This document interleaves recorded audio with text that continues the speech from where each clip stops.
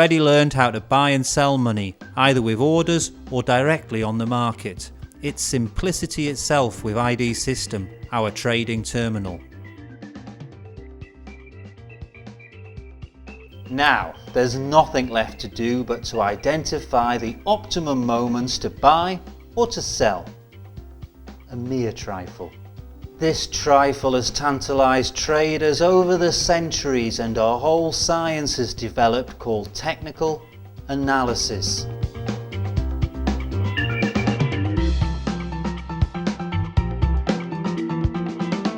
The Western School of Technical Analysis has its roots in 19th century America.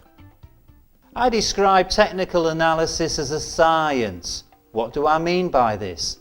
Well, one thing I mean is that it's governed by clear and rigid laws. We'll start by learning how to plot price charts using a computer, of course, and then we'll move on to draw other lines. What are they for? Well, these lines help us determine what will happen to price in the future. They also give us an insight into how long price will remain above or below these lines. Today we're going to examine these lines and how to plot them correctly. The simplest price chart is the tick chart. What exactly is a tick chart?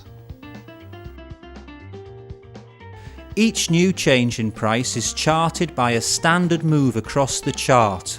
The chart takes no account of time, so the more times that price changes in, say, a minute, the more moves are made across the chart. This means that from 2 to 5 p.m. GMT, when the Frankfurt, London and New York exchanges are all open, there can be up to 10 changes in price in 1 minute. And late in the evening, at 10 o'clock in New York, when the world's main exchanges are closed, there'll be far fewer price changes. So price is strangely warped and distorted on tick charts. The tick charts on ID System, as well as those on other trade terminals, do not distort time. Each change in price is charted at the time it takes place. What we have here is a line chart, but one that charts price over a very limited period of time. What are tick charts for? Such charts are good reference points and are featured on the trading terminal to instantly inform our traders of any price change on the markets, but they are not used in technical analysis. So what kind of charts are used in technical analysis?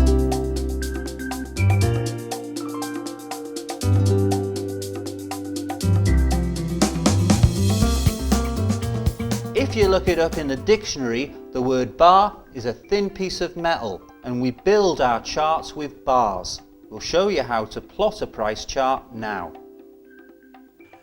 You already know that Forex is a round-the-clock market, not forgetting the days off. And we've already mentioned that the trading day by international consensus comes to an end at 21:30 GMT. In reality, however, professional traders view the trading session as finishing at 2100. Why's this? Bear with us and you'll see for yourself. With a bar chart, all the information about exchange price for any one day is shown on a vertical line. Let's look at the monitor, a heartbeat after the chiming of Big Ben, marking the beginning of the day, and we'll see the first key price that's recorded on our bar. This is the open price, and it's marked as a little nodule on the left of our unformed bar. Punctually at the end of the day, an instant before the clock strikes, we look at the monitor again and we see a second currency price. This price is the close price and is marked as a second nodule on the right of the bar. The ceiling that price reached this day is known as the high price and is the third key price. There are no highs without lows, of course, and the price floor or low price on the day is also recorded. We join the high and the low points with a vertical line, and there you have it, the bar. a pretty widespread charting method. The 4 prices on the bar are referred to as O, C, H and L on the chart.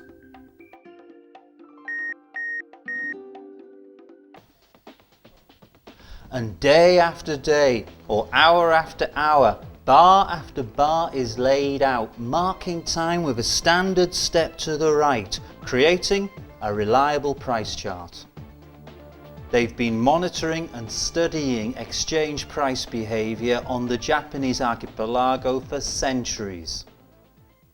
Rice prices have been recorded since as far back as the Middle Ages. If we want to draw a bar like the Japanese, we make the distance between close and open into a white rectangle, and the high and low prices are joined to it with vertical lines. This new figure is called the Japanese candlestick, known to some traders as the candle. The rectangle is called the body, and the vertical lines are the shadows. The candlestick body can change colour. If close is higher than open, as in our case, the body is white and it's rising. If close is lower than open, the candlestick body is black and it's falling.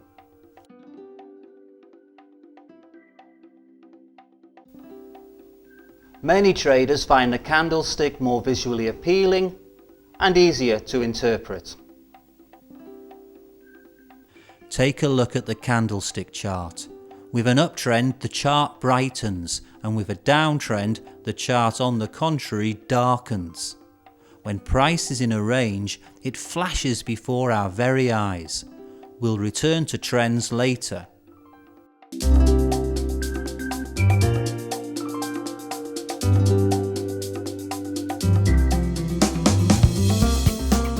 History has provided us with a fascinating case study. 2 independent groups of traders analysed the same phenomenon over a long period of time. They did not exchange any information, and yet they came to the same conclusions. In Japan, where the candlestick was invented, a strict isolationist policy was in force until 1862, and this is why Japanese traders could know nothing about the American bar. Because of these restrictions, and because of geography, candlesticks and bars were created completely independently of each other. Although they were developed at different ends of the world, both bars and candlesticks use the same 4 main prices in their construction: open, close, high and low. This supports the thesis that exchange price behaviour is objective in character and submits to rigid laws. Technical analysis is involved in the study and application of these laws.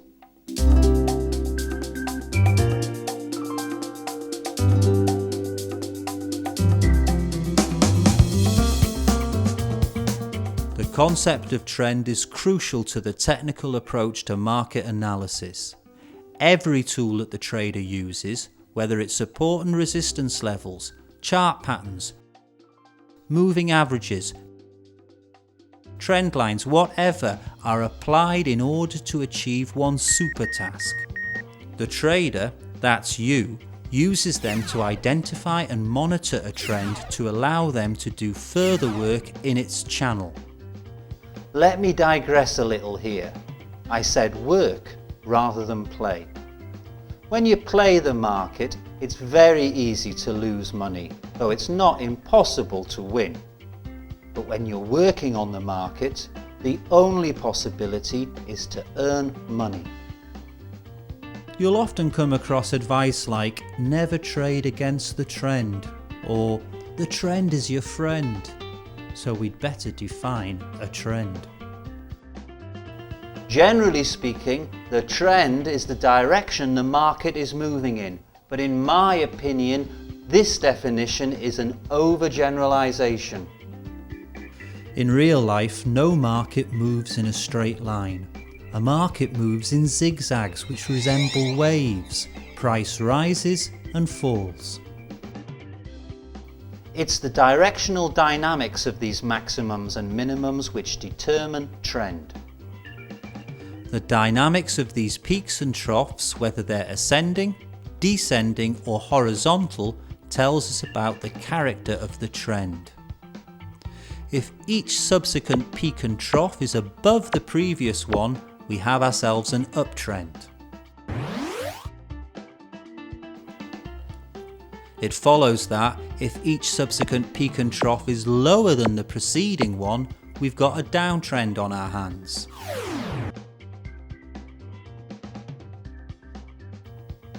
If the peaks and troughs are at the same level, this is a range. Always remember that price can move in 3 directions: up, down and sideways. Many beginners make the elementary mistake of thinking the market can only move up or down.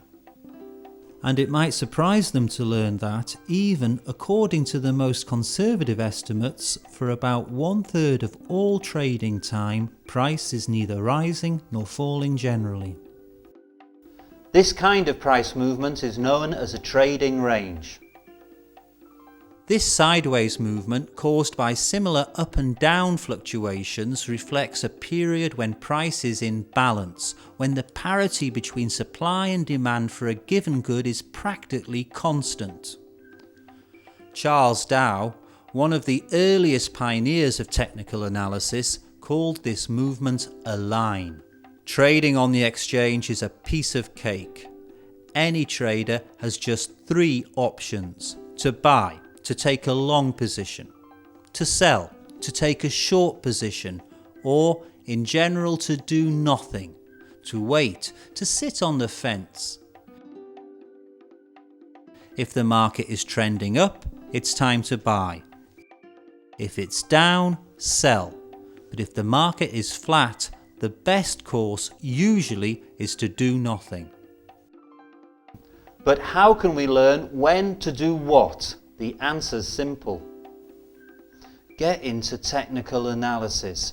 The majority of its laws and findings are the result of the blood, sweat and tears of numerous traders. These lessons were learnt the hard way. And remember, the wise man learns from the mistakes of others. The fool learns from his own, if he learns at all. And that's straight from the horse's mouth. As well as being able to move in 3 directions, the trend can be one of 3 degrees. These are the primary or major trend, the secondary or intermediate trend, and the minor trend. These terms relate to the temporal nature of the trend and were introduced by Charles Dow. He defined the major trend as existing on the market for more than a year. These long-term price movements are shaped by fundamental factors. Let's take oil as an example. Consumption is growing each year. Reserves are limited. The situation in the Middle East as the main oil supplier continues to grow more unstable, and alternative sources of energy are still inadequately developed. The result of all this is that the price of oil has grown steadily over the last few years, and we can see this on the line chart. Dow defined the intermediate trend as lasting from 3 weeks to 3 months.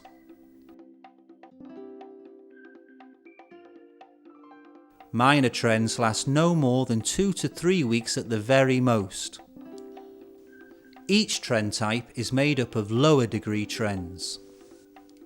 In a major uptrend, the market can pause at any moment to react against or correct the trending movement for about a couple of months, and then move on to renew its ascent again. This intermediate correction, in turn, will be made up of a series of shorter rises and falls, and this repeats again and again. On the one hand, the trend is part of a larger trend, but on the other hand, it also includes component elements in itself. you need to have a complete appreciation of the difference between these three kinds or temporal degrees of trend. If someone asks you what the actual trend of the euro against the dollar is, before answering them you have to ask him what timescale he's thinking about. Misunderstandings arise because different traders are working with and concentrating on different degrees of trend depending on their trading style. For the position trader who keeps positions open over a long period of time, the price movement over a few days and sometimes even for a few weeks is of little importance. He trusts in the future and sometimes has good reason to. For the day trader who opens and closes his position within one day and works with a timescale of an hour or less, 2 or 3 days is already a substantial length of time, and a price movement over this period will represent the main trend for him. This is why an insight into the different degrees of trend is absolutely vital. It's this insight that enables you to determine the direction of the current price movement. And as I said before, this is your primary task.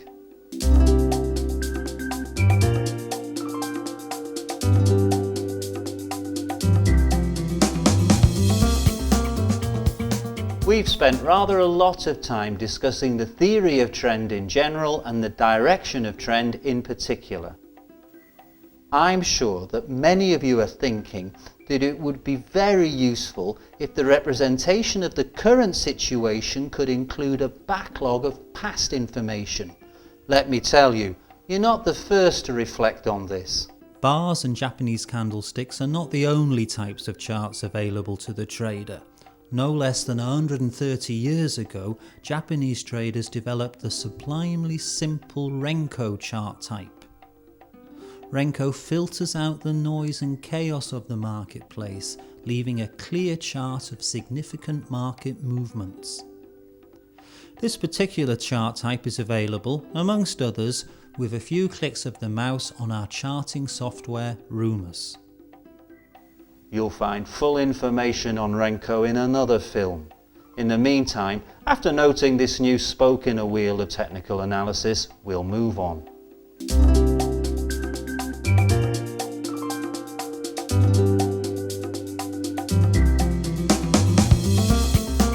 We've already repeated more than once that price moves in zigzags and that by plotting the progress of the maximums and minimums of these zigzags determines the trend. It's now time to start naming these peaks and troughs that help us map the trend. A horizontal line drawn through the last price trough, the last local minimum, is known as a support level. Support is a level or area on the chart below the market where price has fallen to a level where enthusiasm for buying has become strong enough to counterbalance selling pressure. In a second scenario, a horizontal line drawn through the last price peak is known as the resistance level.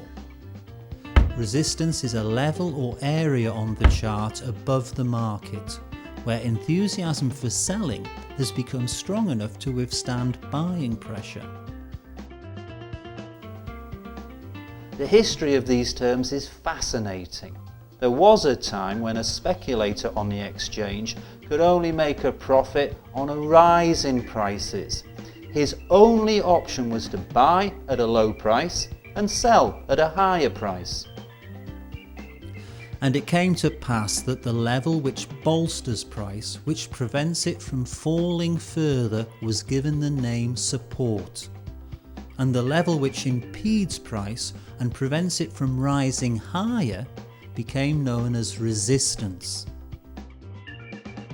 Nowadays, my friend, it's all a matter of perspective. For a long time we've been able to make money on a fall in the price of exchange commodities, but the names have remained unchanged. There are of course periods of time when price neither rises above the resistance level nor falls below the support level. We say here that price is in a trading range, that the market is flat. It is this circumstance precisely that foremost technical analysts John Murphy and Jack Schwager advise doing nothing.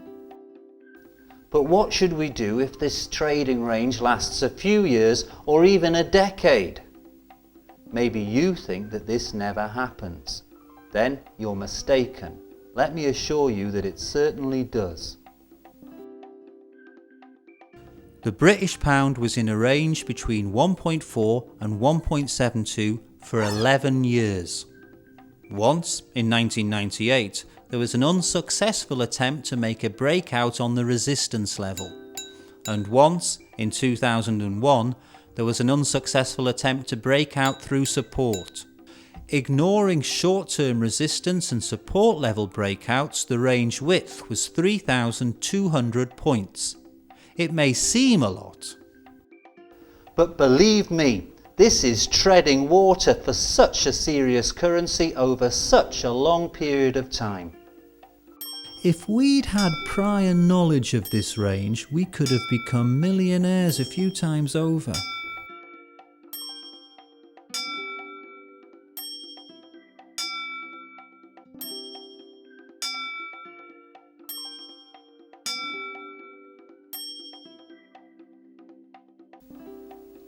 Please understand that a trading range can last any length of time. You can find them on any time scale. A minute, an hour, a day, or a week. The point and figure chart is the perfect aid for identifying the precise levels of a flat market. The Euro chart that you see before you now is of a very ordinary type, bars or candles. Now here is the same data displayed in a point and figure chart. In this type of chart, the support and resistance levels are very easy to identify. So you can see what lengths traders have gone to clarify the situation on the market in order to make more money. You'll find full information of this less common but very useful point and figure chart in a later film too.